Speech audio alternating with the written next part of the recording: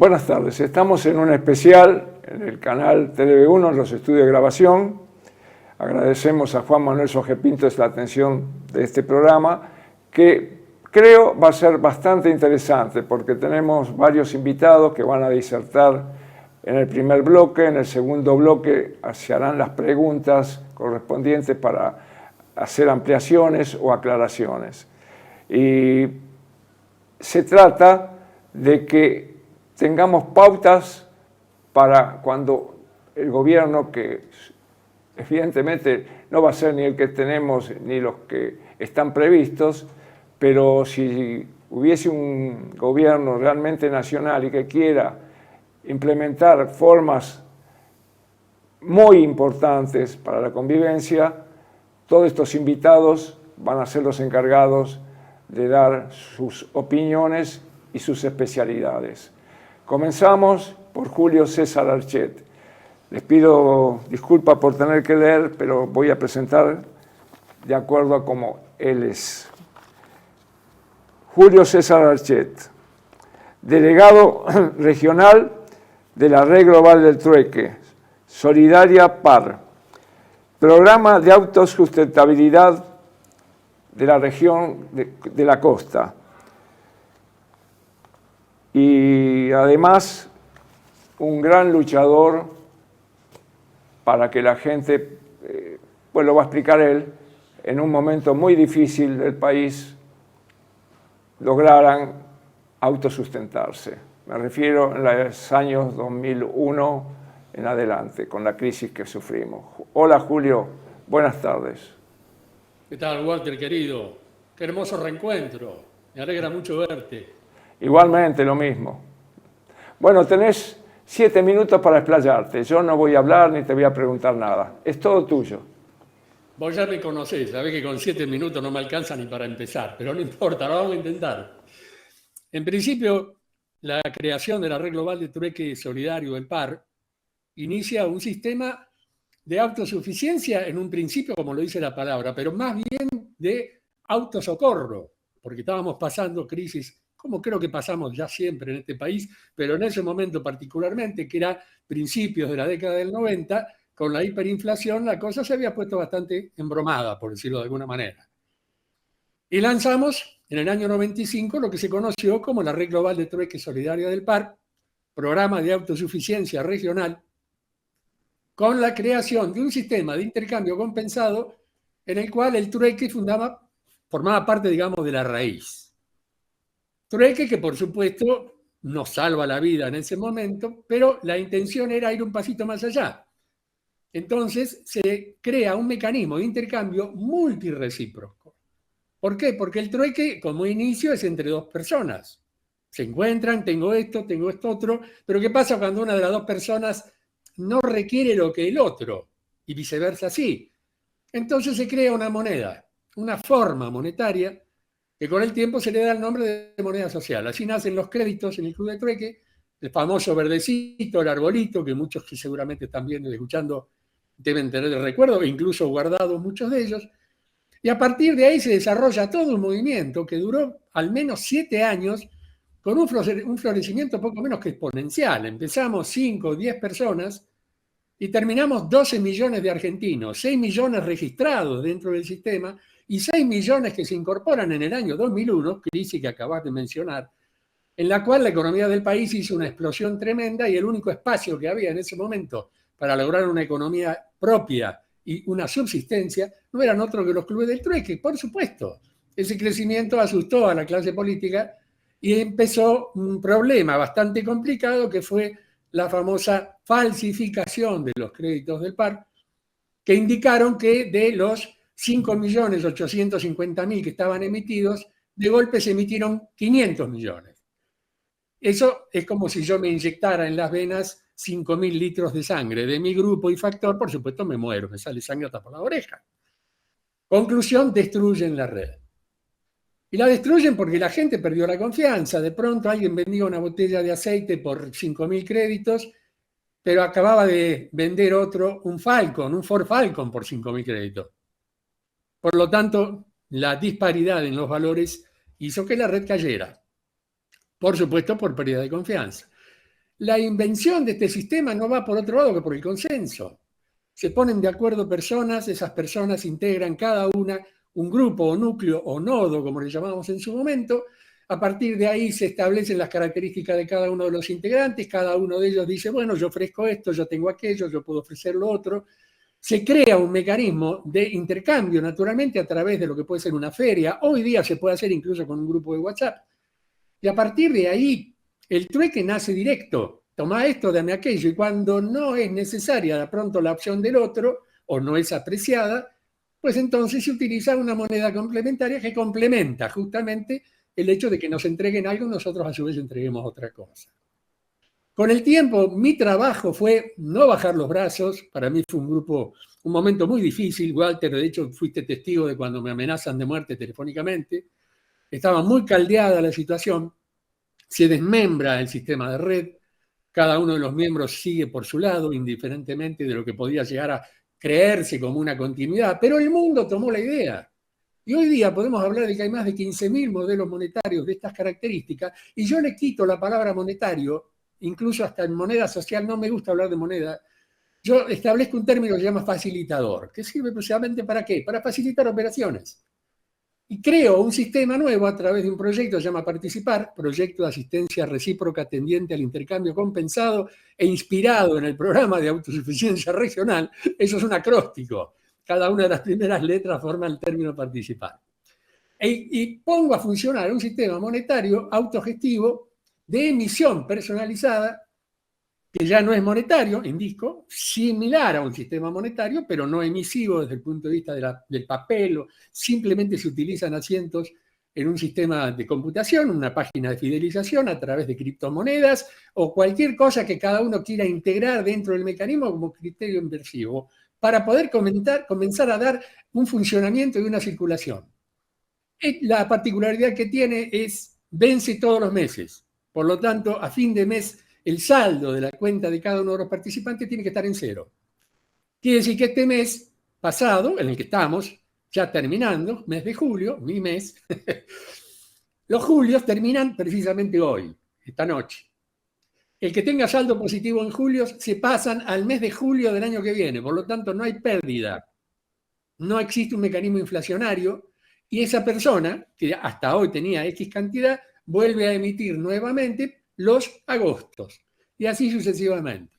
Es un sistema saneador, pero que funciona básicamente con un criterio comunitario. No se puede llevar adelante un sistema de red de intercambio compensado bajo ningún concepto, y al decir compensado hablamos de una balanza. Precisamente, ¿por qué? Porque en general lo ideal es conocernos.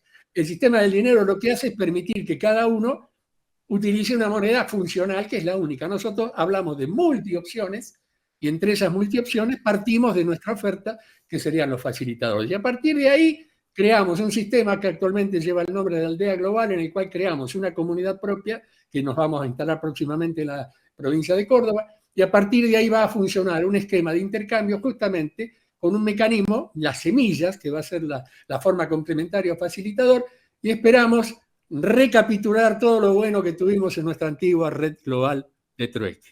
Así que en resumen, esa sería un poco mi intención de poder volver a poner en el candelero a nuestra querida idea del trueque comunitario. Bueno, muchas gracias, Julio. Quédate, porque en el segundo bloque probablemente te hagan preguntas y también podés hacerlas vos. Así que gracias y seguimos. Bueno, presentamos al doctor Carlos Louche, presidente del Instituto Silvio Gesell, que no pudo estar en forma directa, pero nos dejó un video que nos va a explicar cómo funciona y cómo debería funcionar el mundo. Pero él lo va a hacer mucho mejor que yo. Carlos, adelante. Buenas tardes a todos. Quiero hacer llegar mi saludo y acompañamiento en este prestigioso programa y canal, como presidente del Instituto de Estudios Económicos Silvio Gesell, también presidente de la Fundación La Banca Territorial para el Desarrollo Sustentable, cuyo objeto en ambos casos es la difusión, desarrollo y aplicación de los postulados de la economía natural de Silvio Gesell, desarrollados en Argentina y en Europa, en este entorno natural que hace honor a su nombre y a su libro base, que es El orden económico natural por libre tierra y libre moneda. Vamos a hacer unas consideraciones y le mando un gran abrazo a Walter Gaza, Juan Manuel Suaje Pinto, los compañeros que están en el piso y quienes más están participando de este evento y de este programa. Ya le pedí a Walter y a quienes quieran investigar sobre el tema de Silvio Gesell que pueden ir a la página web de nuestro instituto, que es www.institutogesell.org. Hay un museo de Silvio Gesell en Villa Gesell, en el bosque fundacional. Y la importancia de Silvio Gesell es la siguiente y tiene que ver con la historia y la cultura argentina.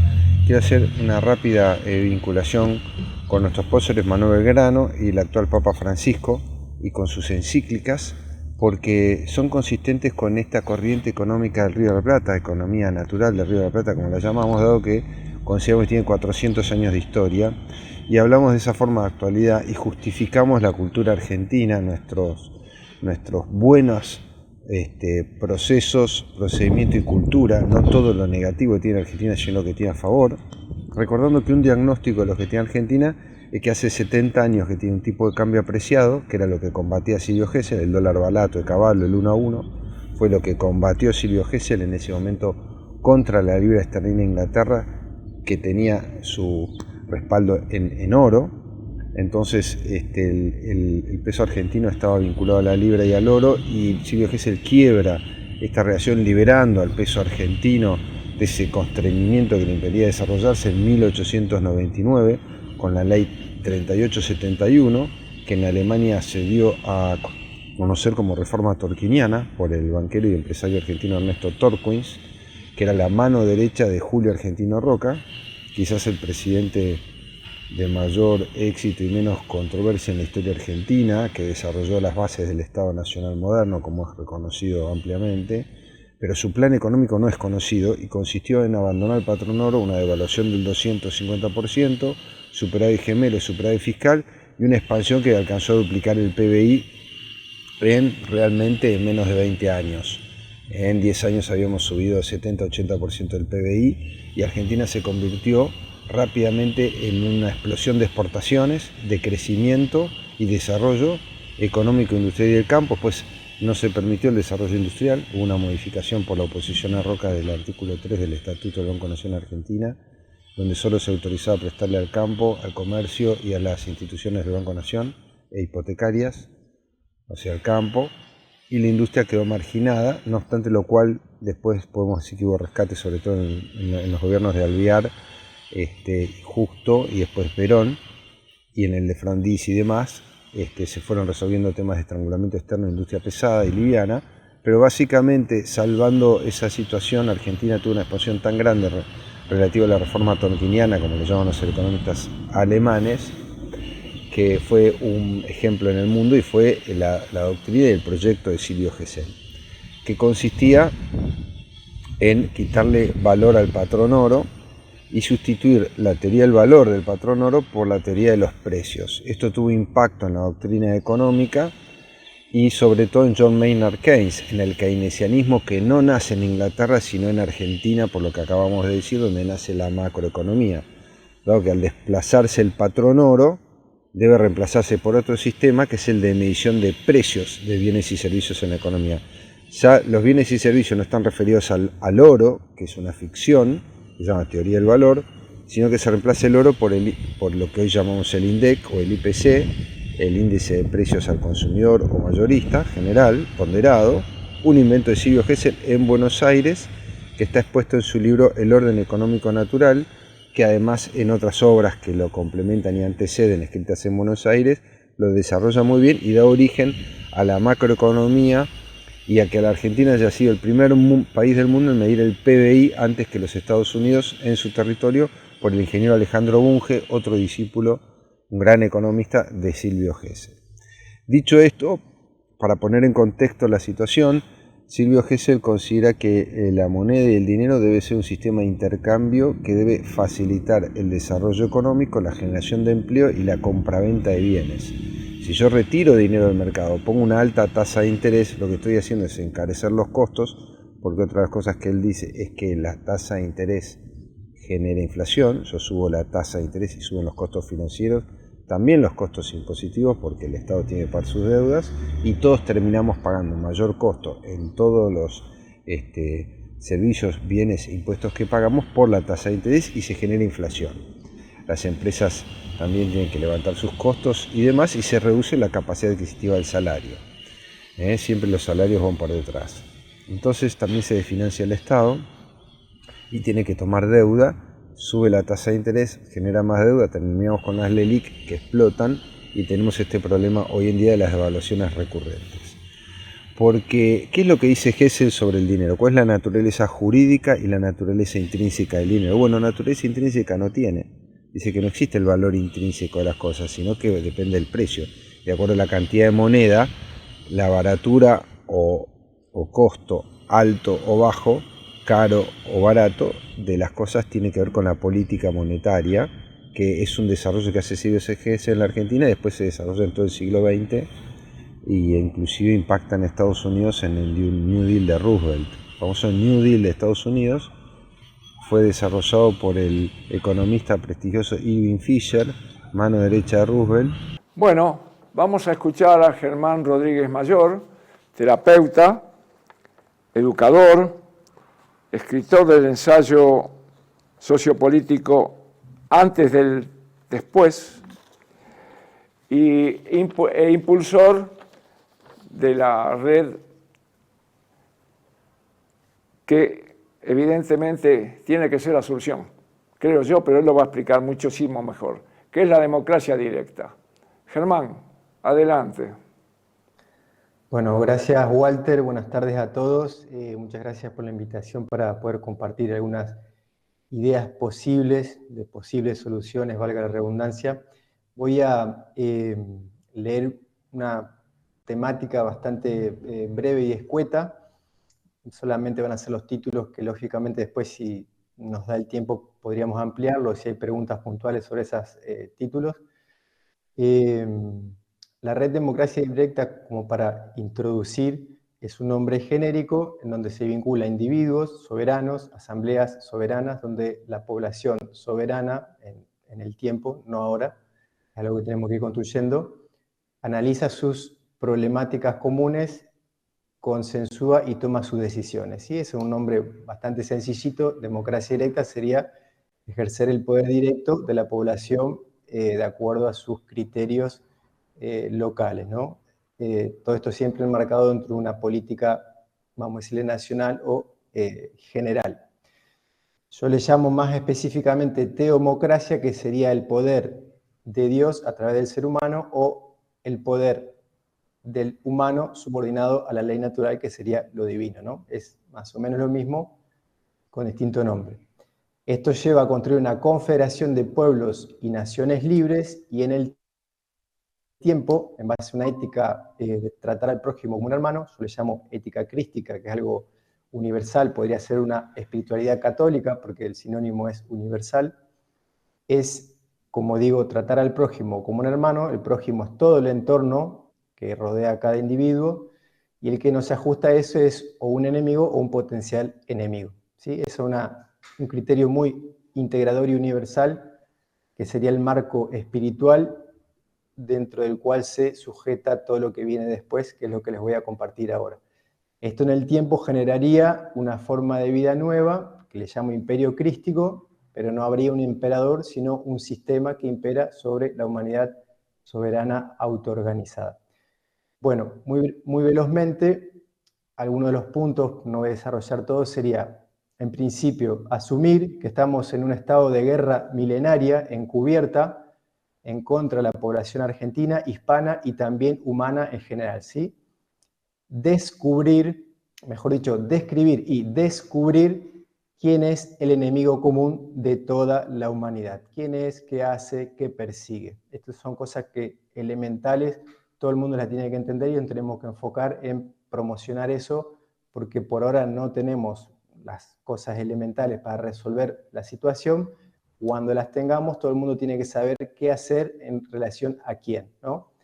Recuperar y defender los valores hispanoamericanos, crísticos o cristianos. Como digo, lo católico, lo universal, somos todos hermanos, hijos de un gran creador que ha creado todo lo que existe, más allá del nombre que cada uno le ponga, eso es innegable. Hasta la física cuántica hoy lo demuestra. Promover en toda Hispanoamérica la declaración conjunta de autodefensa ante este enemigo común. Entender y asumir la ley natural y divina como solución o como única solución a este gran problema común.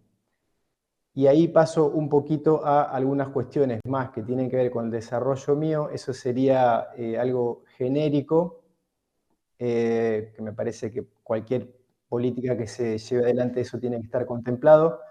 Más en relación a la red de la Confederación y el Imperio Crístico sería conocer y suscribir conscientemente a la ya existente organización creada, una organización natural, de hecho, legítima, comunitaria, no comercial y soberana, cumplir los requisitos de ingreso, realizar un debido juramento de vida ante la comunidad organizada y también ante Dios, donde uno pone la vida biológica como garantía de su palabra, declararse soberano bajo ley natural y demandar a la élite y sus asociados. Acá entran todos los que sean delincuentes, ¿no? Ingresar al régimen de economía de abundancia comunitaria basada en intercambio laboral, como lo que ha descrito Julio, con lo que propone Walter o con el SAI, Sistema Administrador de Intercambio, que es un sistema que diseñé yo, pero más allá de cuál sea el método, esa es la economía real y verdadera, intercambio laboral. Suscribir las garantías universales y cosmológicas en reemplazo de los derechos de consumo, proteger los bienes propios ante la digitalización económica total, que esto lo va a llevar a cabo el enemigo, todo el mundo se va a quedar sin nada cuando todo se vuelva digital, lo legal y lo comercial va a ser digital y nadie va a poder tener control sobre sus bienes o economía, ¿sí? Entonces la propuesta es incorporar todos estos bienes a una economía comunitaria, nacional. Después lo explico mejor, ahora me quedo con el título nomás para no hacerlo muy extenso. Tramitar el certificado poblador libre que otorga esta confederación, integrar estratégicamente a la población civil, policial y militar para la autodefensa y la seguridad, es decir, la autodefensa externa y la seguridad interna, instaurar las asambleas políticas de democracia directa en forma permanente, tanto a nivel nacional, provincial, municipal, comunal y barriales, implementar los tribunales de justicia comunitaria, públicos y autoorganizados por la población. Permítanme que paso otra hojita. Promover una alianza con la población aborigen pro-hispánica, no la que entendemos que está trabajando para el enemigo, y ahí se le tiene que dar, como a toda la población no aborigen argentina o hispánica, la restitución de sus títulos de tierras comunales dentro del marco de un plan nacional económico, ¿no? Recuperar todos los medios de difusión que hoy están en manos del enemigo y otras cuestiones derivadas y relacionadas a todo esto, que son muchas más, pero bueno, como para no hacerlo muy extenso, lo dejo por ahora ahí. Tiene que ver con la nacionalización completa de la banca y la economía, que hoy está privatizada y sabemos que está en manos de grandes corporaciones económicas. El Banco Central de la Argentina fue creado por el enemigo y está en manos del enemigo, no es de la población argentina, y así todos los demás bancos centrales de todas las demás repúblicas que han sido creadas por el enemigo en común. Lo dejo por ahora ahí y después alguna inquietud o temática lo puedo ampliar si hubiera interés. Muchas gracias. Gracias a vos, Germán, muy claro. Quédate, por favor, para el segundo bloque, que ahí podés hacer preguntas o recibir también algunas consultas. Bueno, ahora tenemos el placer de presentar al ingeniero agrónomo Guillermo Andró, que nos va a hablar de economía o la economía que tiene que entrar en este país, que creo que la Constitución así lo dice. Guillermo, todo tuyo. Bueno, sí, el título de la charla era El sistema rentístico de la Constitución Argentina como el nuevo orden. Entonces, voy a hacer una pequeña síntesis de historia, ¿no? San Agustín dice que la historia de la humanidad es la lucha constante entre el antiguo régimen tributario y esclavista, egipcio y romano, versus el nuevo orden, que es el orden del cristianismo. Y dice, la lucha continuará hasta el final de los tiempos con el triunfo definitivo de la Jerusalén celeste. Miren qué interesante en qué momento venimos a recuperar esas palabras, ¿no? Bueno, ¿cuál es la diferencia entre el antiguo régimen y el nuevo orden? Ustedes saben que existen dos factores de producción. Uno es todo lo que tenemos alrededor nuestro, está del cruce entre la tierra y el trabajo. Son los dos factores de producción que están auxiliados por el capital, por supuesto, pero es un factor de producción secundario. Entonces, depende de dónde tomemos los recursos para sostener el gasto público, va a ser el antiguo régimen de tributos y esclavistas, de impuesto al que trabaja y produce, o el nuevo orden que tomará los recursos de la tierra. Y eso es lo que está representado en el sistema rentístico.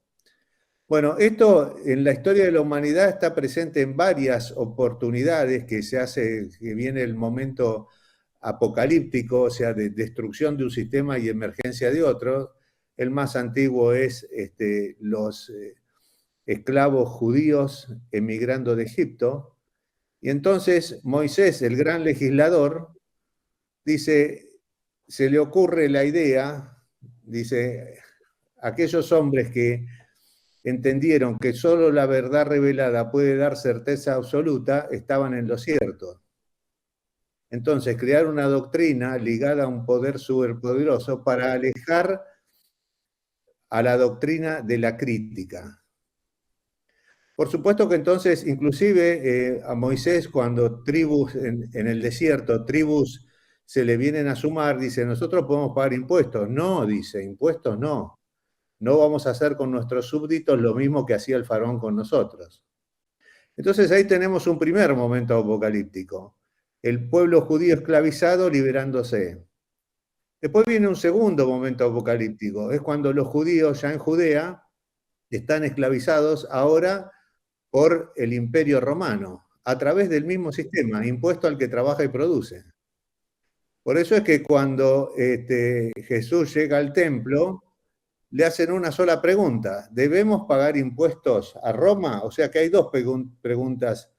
¿Debemos pagar impuestos y otra pregunta es a Roma? Entonces, no hay que pagar impuestos y mucho menos a otra jurisdicción. Entonces, esta es la lucha entre un mundo unipolar como el egipcio y el romano y el mundo multipolar de la Santa Confederación que genera el sistema de rentas a la tierra. Esto es lo que está en juego hoy, la lucha entre estos dos sistemas. Bueno, por supuesto que entonces el hombre tiene la necesidad de ser como dioses, ¿no? Conocedores del bien y el mal, y por eso aparecen los hombres de luz, los luciferes, los hombres que creyendo y confiando en su razón son capaces de construir sistemas. Bueno, estos son tanto los fariseos como los rabinos de su tiempo, a que Jesús los enfrenta. Y los trata, Juan el Bautista le dice, hay un tipo de serpiente, una víbora, que al nacer se come a su madre, como hicieron los fariseos y los rabinos, que al nacer se devoraron el derecho divino, la ley fiscal del derecho divino, y accedieron a la ley fiscal del Imperio Romano. Resultado, esclavizados todos los judíos. La violencia y la guerra civil, nuevamente. Bueno, por eso es que Jesús los inquepa y los trata de hipócritas, de guías ciegos porque no están viendo este principio. Los trata de, ustedes se inclinan frente a la ley romana y violan el corazón mismo de la ley de Dios. Justicia, misericordia y buena fe. Y dice, este templo no quedará aquí piedra sobre piedra, todo será destruido, porque esta es la casa de la desolación. Hoy son nuestras facultades de ciencias económicas y de derecho, que enseñan el antiguo régimen, el derecho antiguo, el derecho romano, que somete a esclavitud y que genera progreso y miseria. Progreso de los que no trabajan ni producen, de los que se apropian de la renta de la tierra, y miseria de los trabajadores que trabajando la pareja 16 horas por día no son capaces de sostener a una familia. y tienen que vivir en villas miserias. Fíjense qué importante que si hoy viniese un marciano a la Argentina y dice, che, quiero ver todas esas casas enormes que deben ser los trabajadores, se mete en un country y dice, no, acá no hay ni un trabajador. Acá no trabaja nadie, acá se juega al golf. Y entonces irían a la Villa Miseria, están todos los trabajadores argentinos en la Villa Miseria, repito, con 2 trabajos, las 2 parejas y no llegando a fin de mes. Bueno, la cuestión es que esta historia, que en ese momento apocalíptico logró la emergencia de Jesús y esta revolución, también hubo un momento antes con la misma reforma, casi la hace Julio César. Y Julio César, por eso lo matan a cuchillazo, por querer introducir la ley Licinia, volver a la ley Licinia en Roma que había generado la República, y lo mata hasta su propio hijo, o sea, su sobrino Brutus. Por eso ese 15 de marzo a la tarde lo que dice, tú también, hijo mío. O sea que la reacción contra las ideas verdaderas, o sea, esta idea de que no es el trabajo, sino la tierra el que debe pagar los fondos públicos, generan una violencia inusitada. Bueno, otro momento importante, bueno, ya vemos que a la caída de Roma, entonces envuelta en un momento muy parecido a este, en desigualdad y guerra civil, como está sucediendo ahora en Europa, en Estados Unidos, al borde de la guerra civil. Bueno, cada uno de los países de Occidente está en este momento apocalíptico, o sea, al borde de la guerra civil. Esto es lo que yo discutí con Fred Harrison en el 2012, dice, estamos al borde de una tercera guerra mundial. Y yo le decía, mira, no va a haber tercera guerra mundial, porque para que haya tercera guerra mundial tiene que haber un manejo de los medios de comunicación. Y eso hoy ya no es posible. Por eso es que cuando San Agustín dice, la lucha continuará hasta el final de los tiempos, con el triunfo definitivo de la Jerusalén celeste, yo estoy diciendo que este proceso entre el antiguo régimen y el nuevo orden, que se dio después entre la España de los Habsburgo y la emergencia de la España de los Borbones, o sea, un sistema cristiano de renta de la tierra, y después las reformas borbónicas, que fueron reformas impositivas para saquear y mandar todo el dinero a España, a otra jurisdicción. Bueno, por eso a esa reacción borbónica aparecen los hombres de Mayo. Reinstauremos el nuevo orden, el orden que tenían los Austrias acá en América. Y por supuesto que a la Revolución de Mayo le sucede la contrarrevolución con las guerras civiles y Mitre, Sarmiento y compañía, imponiendo en el artículo 2503 del Código Civil el puro derecho de los romanos. Por eso Alberdi dice muchas cosas de estas, ¿no? Dice este Código Civil, o sea, este artículo 2503 del Código Civil tendrá más fuerza que todos los ejércitos enemigos para destruir la Argentina. Dice, por ejemplo, Alberti, el derecho moderno del nuevo orden de la Constitución argentina escapó de todas las trascendentes miras del derecho romano. Fíjense, que degradó el trabajo hasta hacerlo digno del esclavo y realzó el robo y el latrocinio político como fuente genuina de la propiedad. O sea, Alberti te estaba diciendo lo mismo que dice después Douglas North, pero yo, Alberti da detalles, que el derecho romano es un derecho de barbarie, es un derecho de un sistema unipolar que te lleva a la guerra civil. Bueno, esto es lo que podemos ver. Lo que estamos viendo hoy en Europa y en Medio Oriente es esta prevalencia por ellos llaman nuevo orden a lo que ellos llaman la globalización o el superimperio. O sea, hoy ellos piensan que están dadas las condiciones para que el antiguo régimen se continúe y entonces te saquen absolutamente todo. No tendrás nada, pero serás feliz. Y ellos sean los dueños de todo. ¿Quién? Un grupito. ¿De cuántos? De 5. Entre los que están... Y fíjense qué notable, ¿no? Porque cuando la tierra no está tratada, ¿qué fue lo que hizo caer en Roma? El latifundio.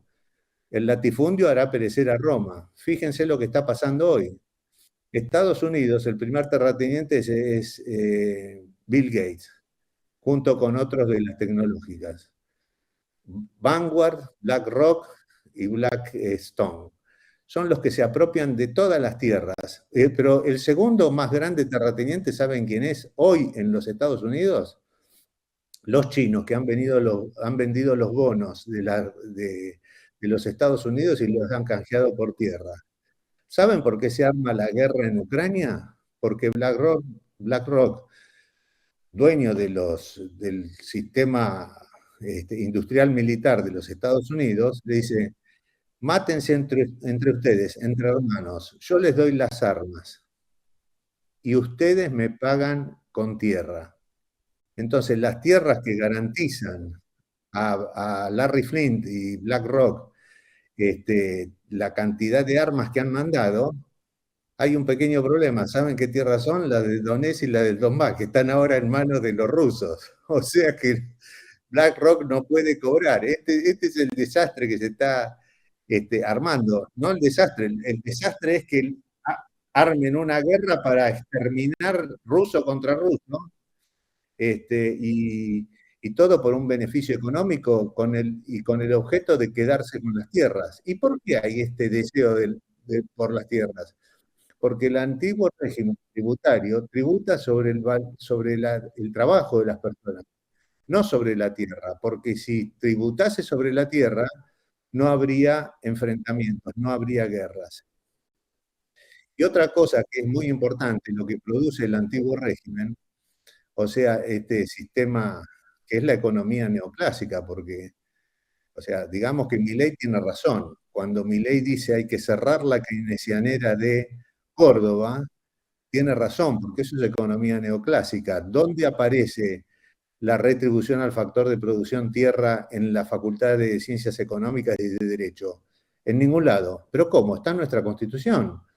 Porque Alberdi, para explicar el derecho moderno de la Constitución argentina, redactó un tratado de economía pública, ahí nomás, ni bien se sancionó que se llama sistema rentístico, donde da todos estos fundamentos y aclara que todavía no están desarrollados del todo y que futuras generaciones deben terminar para entender cuáles son las consecuencias económicas, políticas y sociales que esto conlleva. O sea, nosotros vemos una decadencia de la democracia.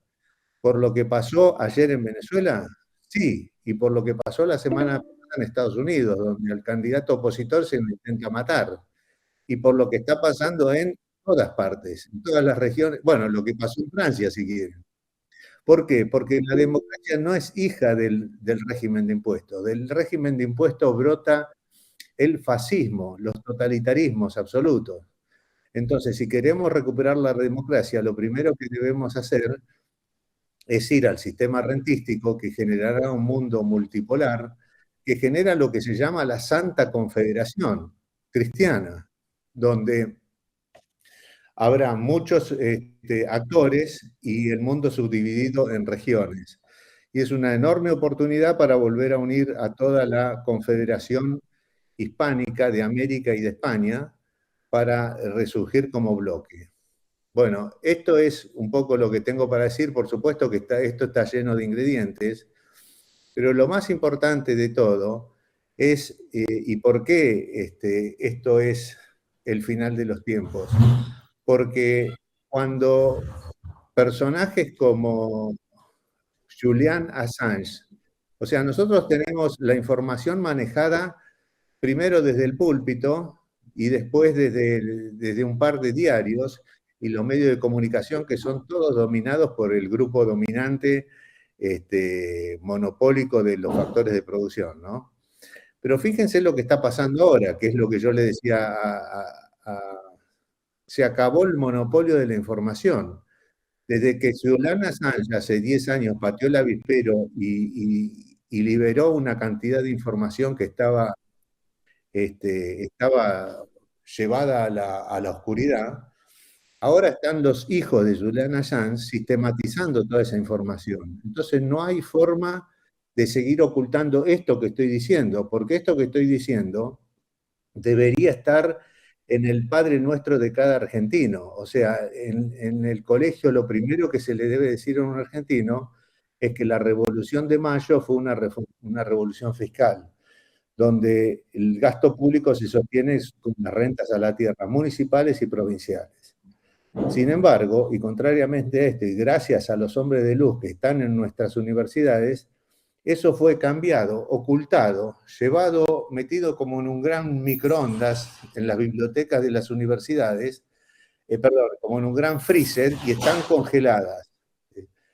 Y entonces toda esta generación, que son, yo llamo, son una cantidad de chicos, que yo los llamo los ignorants. Sí, Tenemos un horario asignado para cada uno. No es que te sí. corto, no, al contrario. No, perfecto. No, simplemente te quería decir que lo tuyo es muy interesante y va a dar lugar a muchas preguntas, así que te invito a Perfecto. Por eso quedarte en el segundo bloque, que ahí Muy vas a bien. poder, lo que te quedó lo vas a poder decir, porque seguramente te van a hacer Perfecto. preguntas, porque lo tuyo es muy, muy importante. Bueno, y ahora es el turno del prestigioso doctor Eduardo Ángel Chávez. Es médico pediatra desde 1965. Ha estado muy activo cuando fue la pandemia, pero dejamos que él explique. Su currículum es tan largo que nos llevaría a los 7 minutos. Así que, Eduardo, te invito a que nos digas lo que tenés que decir. Muchas gracias. Bueno, gracias, Walter. Voy a tratar de ser breve porque es muy complejo esto. Bueno, algo estuvo diciendo Michel Landrin, puede que sintetice algunas cosas. Yo de lo que quería hablar un poco es la ley natural y la ley positiva. Y trataré de revelar de manera resumida el entramado jurídico de la Matrix en la que estamos. El basamento jurídico que sostiene al Estado es la jurisprudencia romana, pero también canónica. Recuerden que el Vaticano, a través de 2 de sus papas y creo que fueron 3 bulas, consideran que toda la tierra les pertenece al Vaticano, a ellos, y bueno, por supuesto después hicieron algún franquiciado con los reinados y le dieron alguna potestad de manera indirecta a la explotación de esas tierras que ellos consideran propias. Para evitar interpretaciones personales, voy a usar definiciones del diccionario jurídico para que nos pongamos de acuerdo, porque si no, cada uno puede tener una interpretación propia. Al Estado lo define como el conjunto de organismos e instituciones burocráticas que tienen el monopolio del poder. Este sistema está reglamentado por una serie de leyes, normas, que regulan las acciones posibles de las personas. Eso es lo que se conoce como legislación positiva. Persona, porque menciona a la persona, fíjense que no dice ser humano, o hombre, varón, mujer, no, dice persona. La persona es una representación, es una máscara que está sujeta de derecho y sujeta al derecho. Está representada fundamentalmente por su DNI, que es parte de esa ficción jurídica y que implica, según la definición de este diccionario jurídico, tomar por verdadero algo que no existe. Por eso se lo llama también a esta ficción hombre de paja. Es decir, no es un ser humano real y vivo, es un hombre de paja. Nuestros apellidos y nombres, fíjense que en el DNI están escritos en tinta negra y mayúscula. Dentro del derecho romano, eso significa diminutio capitis maxima, o sea, disminución de la capacidad a nivel máximo, la mayor disminución de la capacidad. ¿Eso a quién corresponde? Y a un muerto o a un esclavo, que incluso no puede ni siquiera representarse a sí mismo, sino debe hacerlo a través de un letrado, porque se los consideraba como esclavo y letrado, e interdicto, es decir, no tener capacidad ninguna. y estar sometido, que también significa humillado, por las leyes. ¿La ley qué es? Es una norma aprobada que no deja de ser un contrato, es un contrato, lo cual uno podría rechazar, como puede pasar con cualquier otro contrato que uno firme. Recordemos que el sistema jurídico fundamental está constituida por la ley marítima. Todos somos entregados al nacer desde el agua, si nacemos desde las aguas, llegamos a puerto, ¿verdad? De esa ley marítima se desprende el Código de Comercio Uniforme, el UCC, que rige todas las transacciones entre estados y personas. Por definición, la ley positiva se opone a la ley natural. Se ha señalado por Rousseau al hablar del contrato social, diciendo que, bueno, como hay un contrato social, hay que relegar o desistir de algunos derechos y libertades para integrarse al resto a través de, bueno, de estas normativas que estamos mencionando. En cambio, la ley natural es implícita al ser humano desde su creación.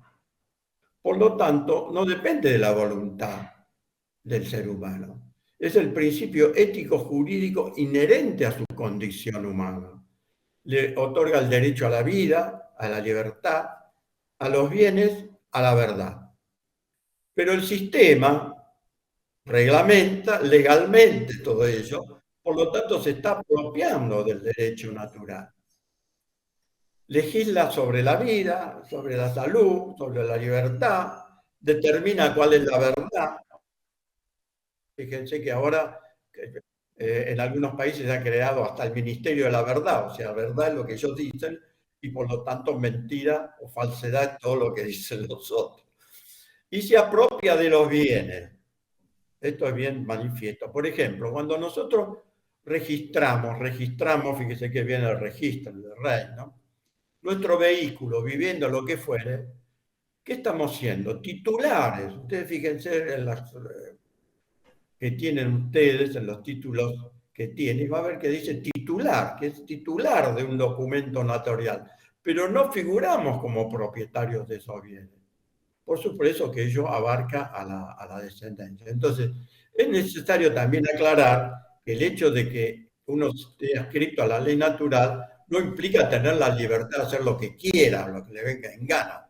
Todo ser humano soberano lleva implícito a actuar con conciencia, y no dañar, no mentir, y ser coherente entre lo que se siente, piensa y actúa. Por lo tanto, si yo soy soberano, autodeterminado, tengo que oponerme a todo lo que sea opuesto a la ley natural. Recordemos que, por otra parte, la ley natural es preestadual y prejurídica y pre-vaticano también, y pre-romano. Por lo tanto, es jurídicamente vinculante, debería ser respetado de cabo a rabo y debería ser convalidada por el derecho positivo. Por ejemplo, las constituciones suelen hacerlo, pero el problema es que la corporación jurídica, yo hablo de corporación porque ustedes saben que todo país es una corporación, por lo menos 194 países somos corporaciones privadas y cada uno de los estamentos que puede ser legislativo, gobernación, municipalidad, etcétera, policía, todos son corporaciones y que tienen su número SEC, de la Security Exchange Commission, o sea, de la Comisión de Intercambio, del Washington, D.C., que es casualmente un sector de Estados Unidos extraterritorial, que viene a ser extranjero totalmente, no pertenece a Estados Unidos, y sin embargo es quien maneja Estados Unidos, Washington, Distrito de Columbia. Bueno, entonces somos corporación. Esta corporación jurídica suele considerar a esta constitución, que en realidad es una ley natural constitucional, como muy relativa. Entonces ellos relativizan todo y aceptan cualquier barrabasada, ya sea del poder ejecutivo, del poder como pasó ahora con la pandemia, o del poder legislativo, sin considerar lo que están avasallando la ley natural constitucional. Bueno, eso más o menos una síntesis muy sintética. Muchísimas gracias. Muy importante lo que vos estás manifestando y además lo estás haciendo propio porque sé de tu lucha y también que estás en el tema con algo que te han hecho realmente que no es justificable. Pero bueno, eso lo explicamos ya en algún otro programa. Quédate, que en el segundo bloque probablemente te hagan preguntas y vos podés preguntarle a los que estuvieron participando. Bueno, muchas gracias. Bueno, este es el turno de Lucas Alminzi, profesor de Economía. No sé si habría que preguntarle a la señora cómo anda en Economía, pero bueno, creo que bien. Y además hemos conducido juntos varios problemas de soluciones.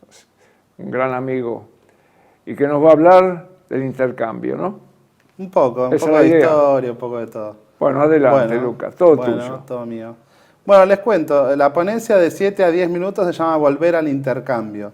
Voy a hacer una simplificación histórica porque son muchos datos, muchas cosas, pero para tratar de dejar una idea más o menos clara. Primero, de que bueno, la humanidad en sus comienzos usaba el intercambio para intercambiar frutas, para vivir, se hacían ferias en determinados lugares donde la gente intercambiaba cosas.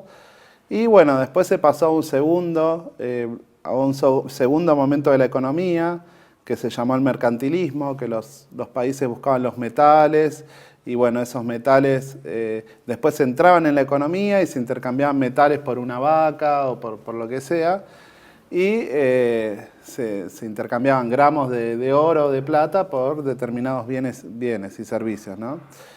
Después aparece la tercera etapa, aparecen de alguna forma los usureros. Los usureros, ¿qué dicen? Vos dame la plata, el gramo de plata, lo que sea, y yo te voy a dar un billete a vos para que vos lo intercambies en la economía y adquieras bienes y servicios. Y bueno, durante mucho tiempo se utilizó ese intercambio de el banquero que tenía el metal y los billetes que representaban ese metal. Entonces cuando la persona quería, volvía con el usurero, con el banco y le devolvía su metal, ¿no? Bueno, esto pasó durante mucho tiempo. Bueno, después vino la revolución industrial, que bueno, empezaron cambios en la economía, empezaron el tema de las fábricas, todas las ideas de Adam Smith, que el Estado no se tiene que meter en la economía, que el individualismo de cada uno regula toda la economía. Adam Smith decía que no es la benevolencia del carnicero el que te da la comida, sino la propensión de su propio interés, y que el interés de cada uno iba a generar una prosperidad en la economía. Fueron todas varias cosas, ¿no? También el tipo del libre mercado y todo. Pero toda la revolución industrial trajo, diríamos, una migración de la gente del campo a la ciudad, y esa migración hizo que mucha gente queden atestadas en las ciudades y que los empresarios los explotaran, los hacían trabajar 16 horas. Y bueno, todo eso después trajo otro momento en el cual surgen todas las ideas de Marx, del trabajo y todo. Pero bueno, haciendo un paréntesis ahí, hablemos de que, diríamos, hay una nobleza negra que controló todos estos procesos, los fue controlando y que controló a la izquierda y a la derecha. Primero se apoderó de Inglaterra, después se apoderó de Francia, después en 1917 manipula y arma la revolución bolchevique en Rusia, y entonces manejó siempre la izquierda y la derecha, y de alguna forma este proceso, esto de lo que yo les voy a hablar, no lo van a haber escuchado en ningún otro lado, pero volviendo al tema de la economía, vamos a hablar de 3 procesos que fueron pasando, que es muy importante tenerlos en cuenta, la relación de esto, ¿no? Volvamos al tema de la economía. En el proceso anterior a la crisis de 1929, que se hablaba de que eran economías abiertas, que todo lo que uno producía lo vendía, diríamos que en los países había una baja carga impositiva, o sea, no se pagaban muchos impuestos. Uno abría una fábrica, vendía, le iba bien, le iba mal, como sea, pero como los mercados estaban abiertos, se podía vender tranquilamente. Entonces, ¿qué hicieron? Diríamos, los masones o los que manejan el poder. Armaron la crisis del 29 para que toda esa gente que le estaba yendo bien casi que quiebre y se arme una corrida bancaria y todo. Volviendo a este tema, los banqueros en 1913 forman la Reserva Federal, o sea, le sacan, diríamos, el oro a los estadounidenses y les dan billetes sin valor y sabotearon el mercado. La segunda etapa aparece el proteccionismo. Como todas las economías estaban destruidas, aparece el proteccionismo, las ideas de Keynes, de que el Estado se tiene que hacer cargo de la economía, crear trabajo, abrir fábricas. Y empezó ahí, sin que nadie se dé cuenta, sin que ningún economista se dé cuenta, el tema de pagar impuestos. O sea, todo el periodo después de la crisis del 29 hasta el 70 más o menos, el Estado se hacía cargo, abría fábrica, abría esto, y la gente pagaba impuestos ¿para qué? Para que el Estado maneje un estado de confort en la economía y que el Estado te brinde seguridad, salud, varias cosas más. Entonces los tipos, volviendo al tema que hablan muchos especialistas de problema, reacción, solución, primero, cuando metieron los impuestos con Keynes, toda esa etapa, y después aparece el neoliberalismo. Entonces, ¿qué dice? Hay que privatizar las empresas, reducción del gasto público, desregularización para que las empresas vengan a invertir. ¿Y qué pasó? A la gente la empobrecieron, subieron los niveles de pobreza, pasó todo este tema que explicó Archet de que la crisis empezó el trueque y ellos sabotearon el trueque y pusieron el tema de los planes sociales para que haya una división social y todo.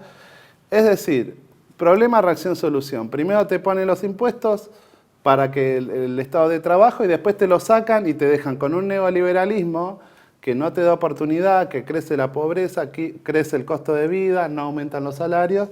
Y bueno, entonces, en base a todo eso que dije, surge el intercambio como solución a la crisis artificial creada por los poderes.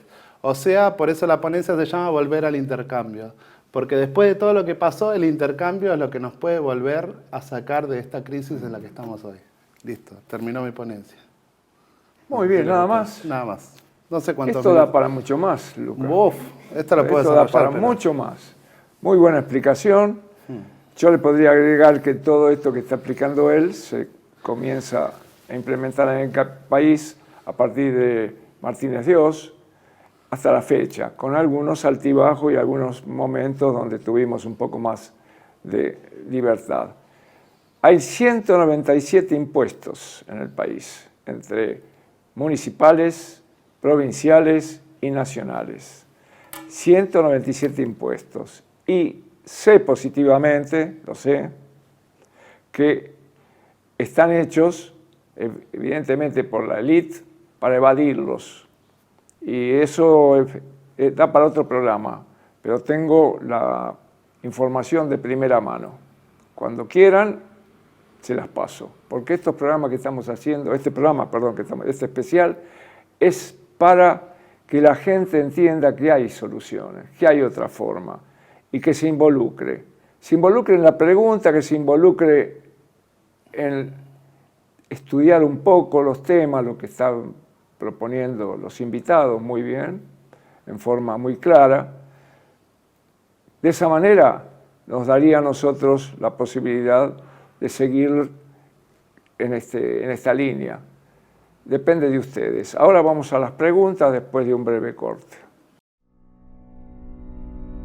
TLV1 se complace en anunciar que estará transmitiendo en su canal TLV1 Clips valiosos programas emitidos antes de la censura sufrida. El lienzo prohibido, El revés del derecho, Combates por nuestra historia, Disenso, Historias de Malvinas, entre otros que podrán encontrar en este enlace.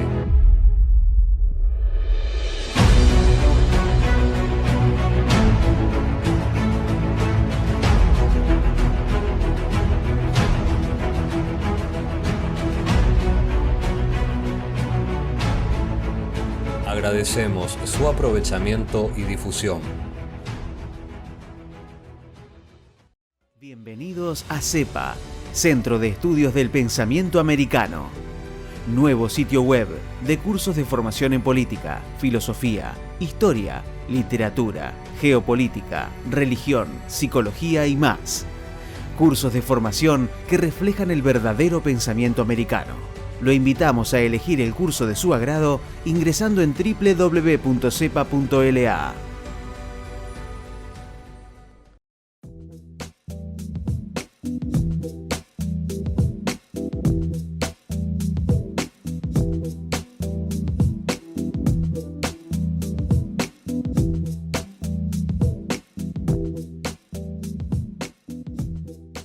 Decir siempre la verdad primero tiene un precio.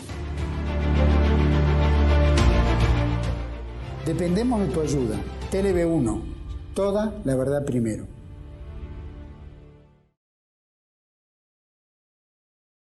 Bueno, llegó el momento de las preguntas. Todos pueden hacer intercambio de preguntas, así que adelante. ¿Quién quiere preguntar algo? ¿Vos, Lucas, querés preguntar Ahí algo? Andreu levantó la mano. Bueno, no, felicitar la exposición de Eduardo, porque es fundamental lo que acaba de declarar. O sea, el antiguo régimen, es decir, un mundo basado en reglas, basado en leyes, pero ¿quién pone la ley? El que tiene el poder. El positivismo jurídico es eso, el que tiene el poder pone la ley.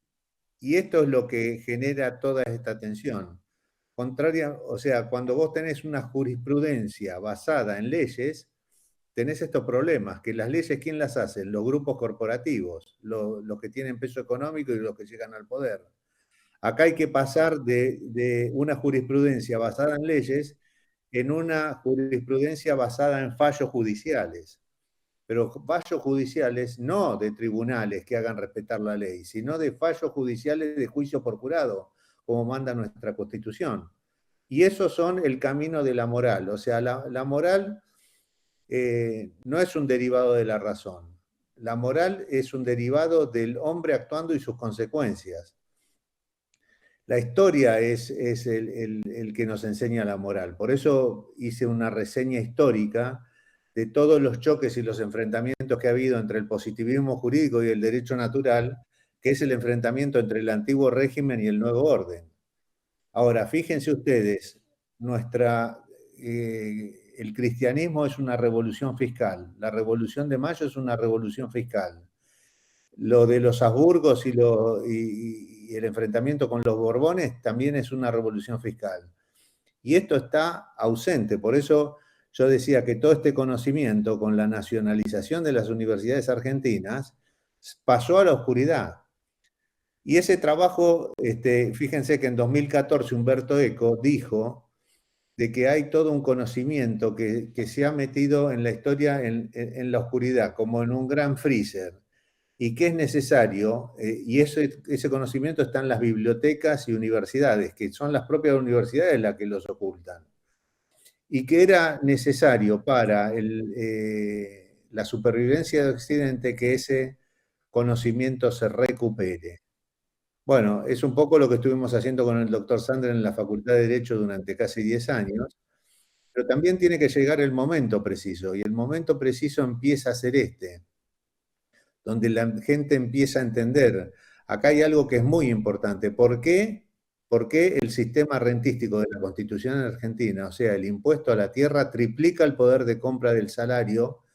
¿Y por qué genera una revolución industrial en forma inmediata?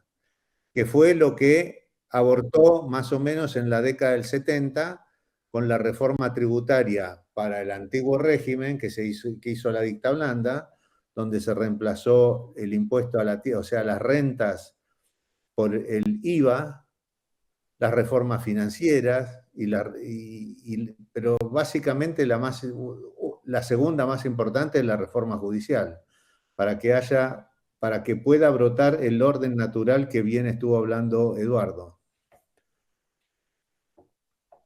Si me permiten, nosotros acá en Canal TLV1 hicimos un programa con los hermanos Sandler, lamentablemente uno de ellos fallecido. Bueno, les recomiendo que lo busquen, está. Después Matías le va a informar cómo hacerlo en los comentarios. Pero ese video, ese programa está, y ellos explican muy bien lo que es el sistema rentístico, lo que es la problemática impositiva. Y tanto es así que ahora un Congreso verdaderamente que no es patriota, es un Congreso anglosajón que tenemos, compuesto de diputados y senadores, han aprobado una ley para favorecer a todos los que vengan a llevarse las riquezas naturales del país en forma justificada. Es decir, le va a justificar la ley que se los lleven, que no paguen impuestos, que no dejen nada y que tampoco lo hagan mediante la producción de los minerales o de las materias primas. No, directamente llevársela.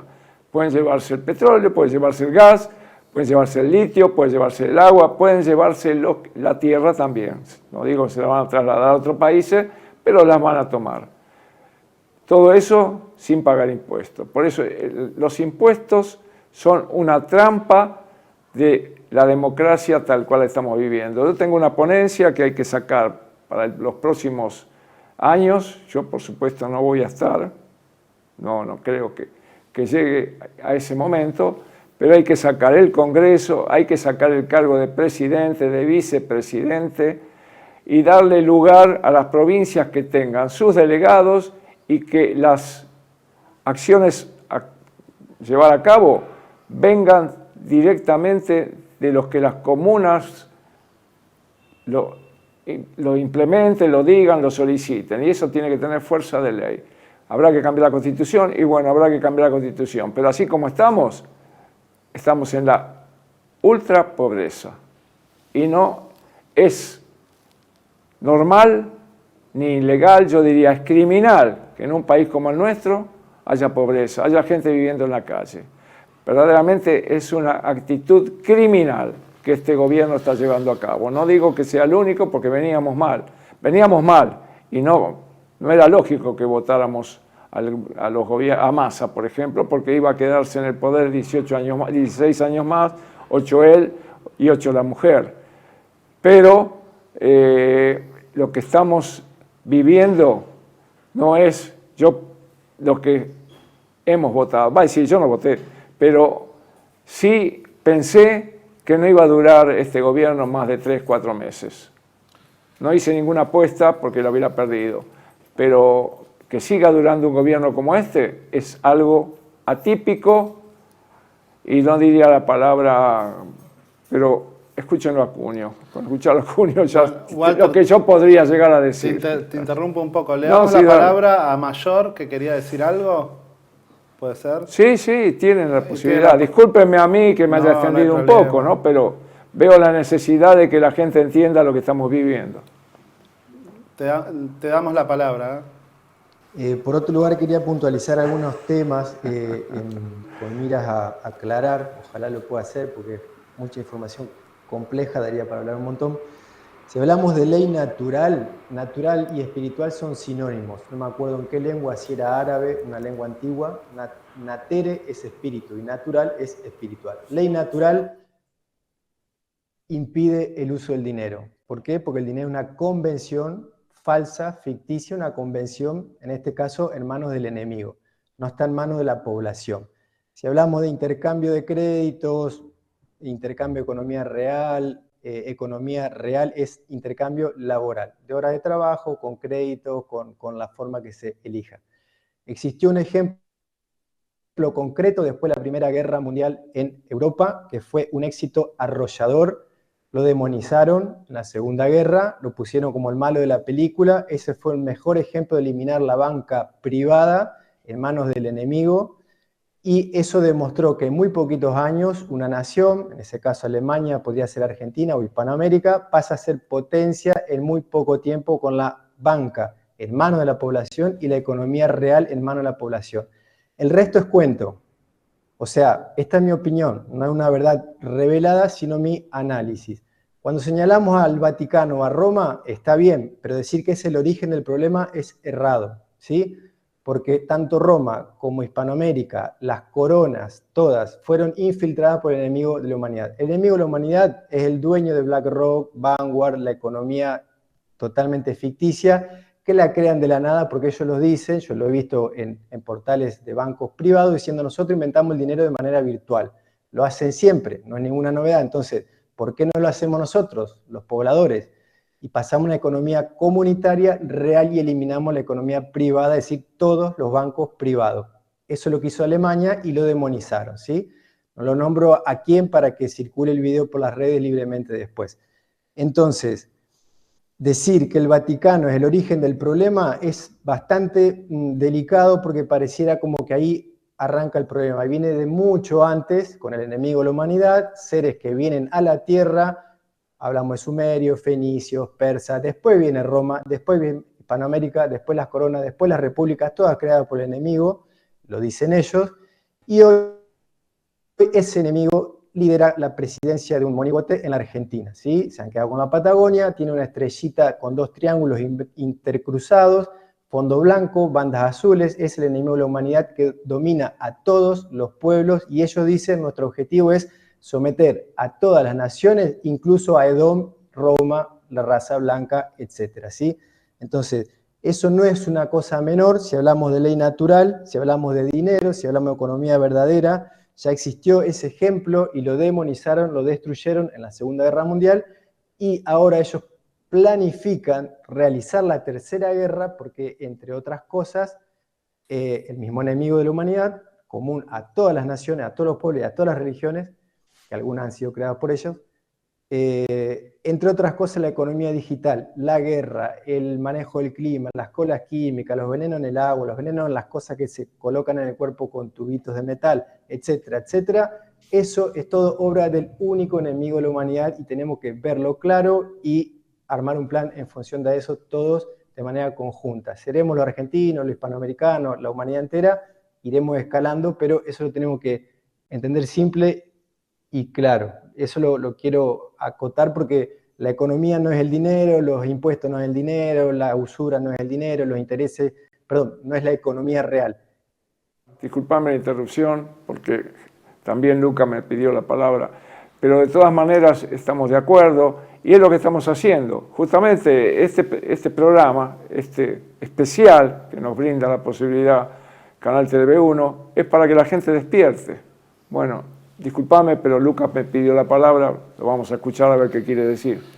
No, y bueno, en la parte final de la ponencia que hablaba del intercambio, es que bueno, también estos poderes que nombraba recién Germán, estos poderes diríamos que fueron, diríamos, tratando de hacernos a la semejanza, diríamos estos tipos satanistas que están atrás, que mueven los hilos, fueron volviéndonos tipos fríos, fueron sacándonos lo humano, la empatía y todo un montón de cosas. Entonces cuando hablamos de intercambio, de hablar con la otra persona, a ver cómo está, qué le pasa, en cambio el capitalismo nos vuelve individualistas, acumuladores, el intercambio va completamente en la otra vereda, va por la vereda de que rico no es el que más tiene, sino el que menos necesita, el que comparte, el que tiene una vida social interesante, que aprende y crece como ser humano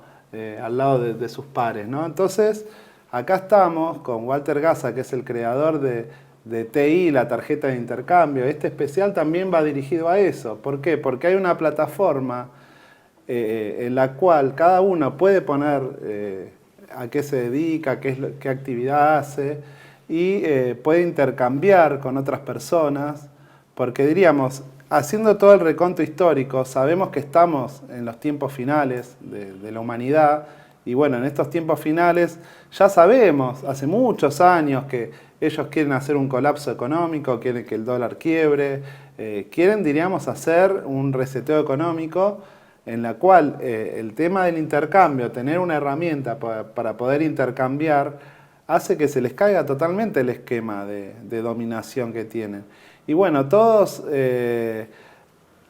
acá le tiro un poco el chivo a Walter del tema de la tarjeta de TI intercambio, que ustedes la pueden bajar, pueden hacerse nodos, como decía Julio Archet, porque esto, si nosotros que somos, diríamos, los que despertamos la conciencia, los que sabemos un poco más de toda una cantidad de población que está idiotizada por los medios de comunicación, que también lo controlan ellos, ¿para qué? Para que la idiotez esté de moda, para que todos, diríamos, nos volvamos vulgares y leamos cada vez menos.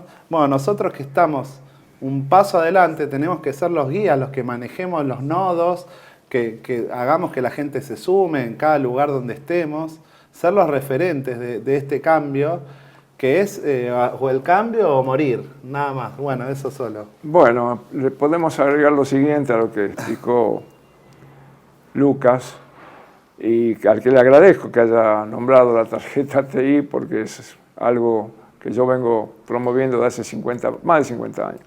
De todas maneras, el intercambio es integrador y hace que la gente se sienta mucho mejor porque está dando y recibiendo.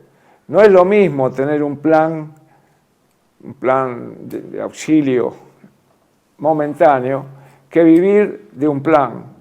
No es lo mismo. Vivir de un plan hacia la persona lo pone en una situación que su propio, no digamos el ego, pero su propio bienestar, si se hace una introspección, está en negativo. Aquella persona que no genera ni siquiera lo que come o lo que necesita, es como un zángano. Y es lo que están promoviendo. En cambio, el intercambio no. El intercambio hace que las comunidades se integren todos al trabajo. Toffler lo dijo en su tercera ola, que lo que va a faltar, por lógica está sucediendo, es el empleo, no el trabajo. No es lo mismo el empleo que el trabajo, porque el trabajo, ¿qué significa? A la gente que tiene las necesidades, con el trabajo, brindárselo. Es decir, la creación del bien o del servicio. Bueno, por mi parte yo no tengo ninguna pregunta más, no sé ustedes. Le podríamos dar la palabra a Julio Archet, que él sabe mucho de esto. Le damos la palabra. Más bien, no sé si es sabiduría, pero por lo menos es experiencia. Tanto golpe recibido en su momento, tanta negación. Una verdadera situación crítica pasamos a principios de este siglo. Y hemos aprendido, a fuerza de golpe, como normalmente y tristemente a veces sucede en la vida, ¿no? El moretón duele, pasa el dolor, pero queda la marca. Yo he venido escuchando muy respetuosamente, la verdad que mis compañeros de pantalla, brillantes cada uno en lo propio, realmente coincido, he aprendido bastante en lo que he escuchado este rato con ustedes. Y mi aporte sencillo es, he escuchado términos que tienen que ver con la religiosidad, que tienen que ver con el cristianismo, con el catolicismo, en el que hay un Dios evidentemente invisible que se representa en todos los casos como una entidad, como una deidad, como una divinidad, y bueno, aparentemente a partir de su lluvia de conocimientos llegan la palabra y aparece el derecho. El derecho, que más que derecho está bastante torcido y generalmente se tuerce siempre para el mismo lado, ¿no? Es como que hay una parte de la rueda que no está perfectamente inflada. Y me encanta la palabra natural, porque yo creo en las leyes de la naturaleza, porque básicamente hagamos o deshagamos como seres humanos, la que siempre va a llevar la boca cantante es la naturaleza. Y la naturaleza nos indica roles, y yo creo que como humanos estamos bastante corridos de rol. Tal vez seamos los que le estamos poniendo el contrapeso a ese lado y no está girando la rueda como corresponde. Haciendo un parangón, ya que somos triples campeones mundiales y toda esta historia maravillosa que nos dio el fútbol, observo que en el fútbol son 22 personajes jugando con una misma pelota y todos peleándose por la pelota. La humanidad utiliza un único tipo de forma monetaria, puede variar entre lo que es el mercado del norte o el mercado del sur, pero siempre hay una única moneda.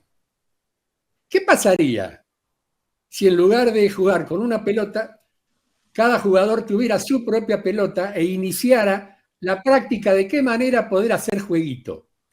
Y el jueguito significaría ponernos de acuerdo, yo te la paso a vos, vos me la pasás a mí, pero sin competencia, sino compartiendo. Porque la pelota se usa para competir, no para compartir. Comparten entre los miembros del mismo equipo, ellos tenemos una bipolaridad. Entonces mi pregunta va para mis queridos compinches de pantalla, como lo digo cariñosamente. ¿Es menester que existan muchas formas de monedas? ¿O vamos a tener que seguir rendiéndole culto al Dios dinero, que es el que en este momento hasta la Iglesia Católica se arrodilla frente a él? Y digo la Iglesia por decir la forma más sutil y cercana hacia Occidente. Sencillamente, debemos construir más monedas complementarias que se complementen entre ellas, no importando que sea TI, que sea la semilla, que sea cual fuere, pero que a mí me interese recibir la TI y a TI le interese recibir mi moneda. En ese jueguito de la pelota, Walter, tomá la voz, Walter, devolvésela a cualquiera de los presentes. No sé qué opinan al respecto. Dejo abierta la pregunta y el que quiera contestar se lo voy a agradecer de todo corazón. Está bien, muchas gracias por la responsabilidad que me das. Yo hace muchos años que estoy trabajando en esto, pero también estoy gastado y cansado. De todas maneras, estoy buscando gente como Lucas, por ejemplo, que acompañe, que siga en la línea, que trate de difundirla, porque es la única solución, es la única solución. Nos han engañado y la gente no se da cuenta. Dicen que es más fácil seguir engañando a la gente que decirle o que ellos reconozcan que han sido engañados. Puede ser, pero las circunstancias actuales van a derivar evidentemente en algo mucho más drástico. Parravicini habló del hombre gris, que si aparecía el hombre gris se iba a evitar los baños de sangre. El hombre gris, a mi entender, somos la clase media, o lo que éramos clase media. Hoy ya la clase media ha bajado mucho, la pobreza ha aumentado hasta un 60% en el país. Pero todo eso se puede evitar. Todo se puede evitar. Se puede evitar si se toma la conciencia y se dice, vamos a trabajar, vamos adelante, vamos a hacerlo. Bueno, no sé si alguien más quiere intervenir, si no lo damos por cerrado y hacemos la despedida. Había levantado la mano el señor Andreau y después, si alcanza el tiempo, quería acotar algo a lo que decía Julio. Bueno, sí, muy interesante. A Julio le respondería que si se cae el mundo unipolar, o sea, el mundo basado en reglas, seguramente la Santa Confederación va a tener cada uno su moneda. Eso seguro, eso va de suyo. Después, respecto de lo que dijo Germán, yo creo que acá lo que ha habido es una farisización de la Iglesia Católica. O sea, la Iglesia Católica dejó de ser cristiana y pasó a ser romana.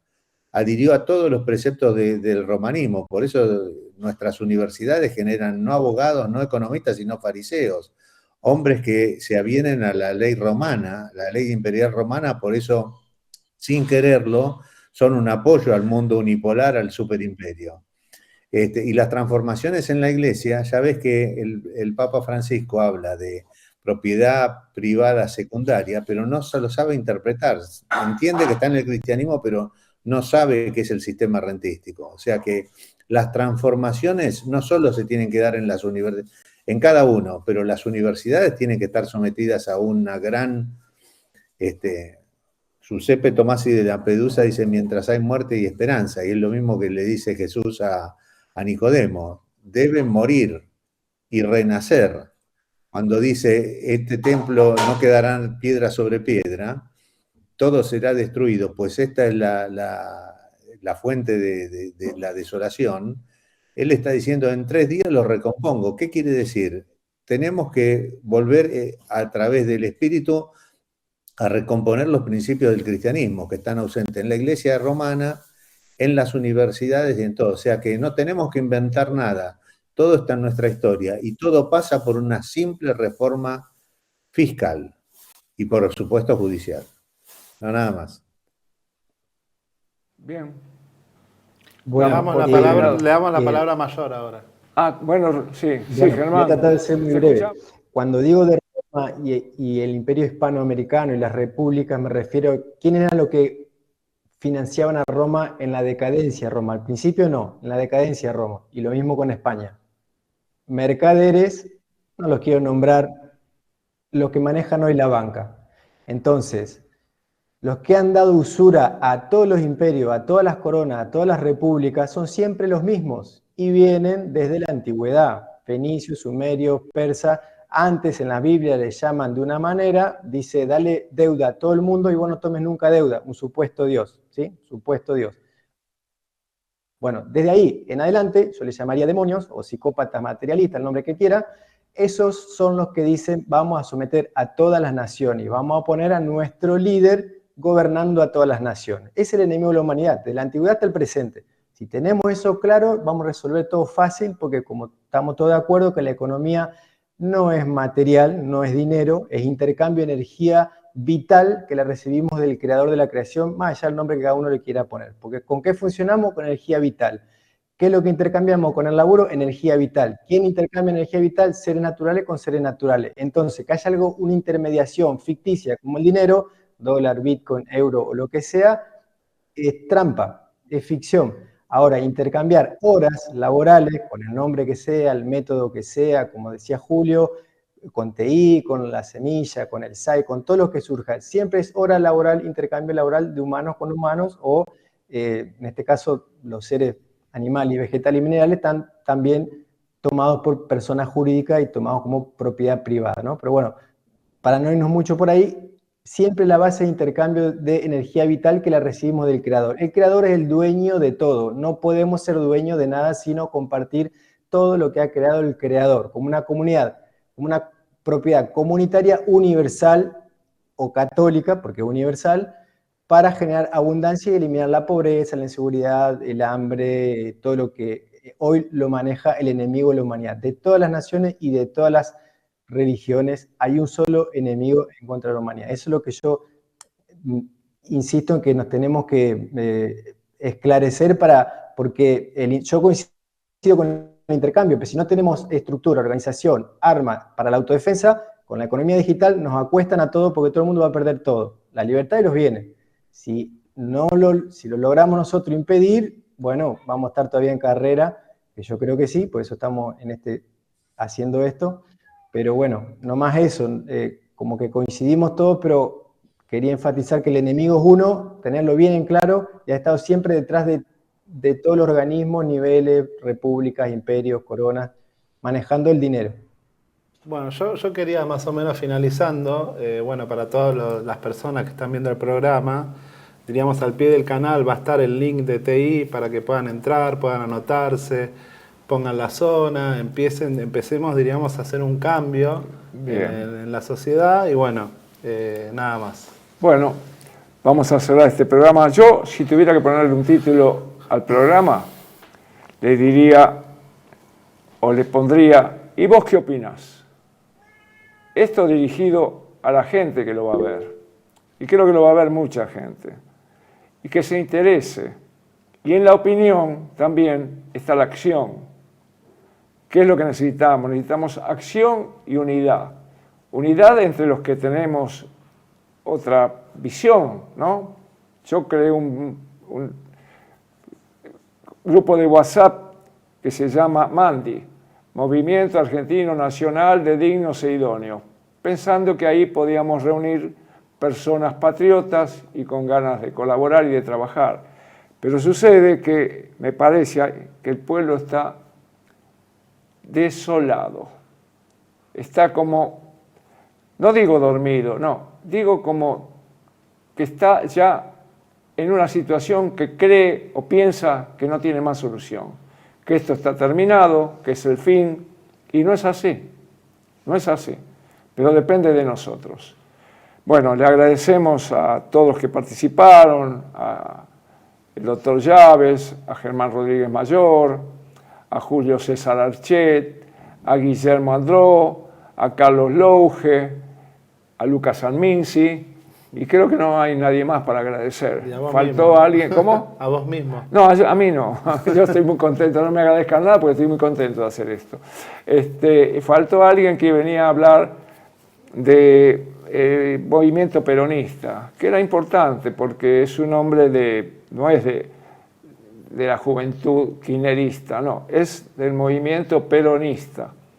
Y tenía muy buena información y está trabajando, haciendo ramas, es decir, está tomando los lineamientos de la tercera posición, que creo que, como está el mundo, la tercera posición sería lo ideal. Hacia eso tendríamos que ir, porque ninguna de las dos, que están manejadas por el mismo poder económico, nos van a llevar a un buen puerto.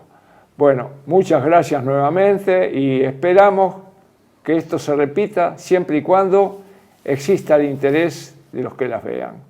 Gracias al canal y también, si pueden colaborar con el canal, Juan Manuel Suárez Pinto va a poner el link en donde, o el operador Matías, que también le agradecemos a Matías,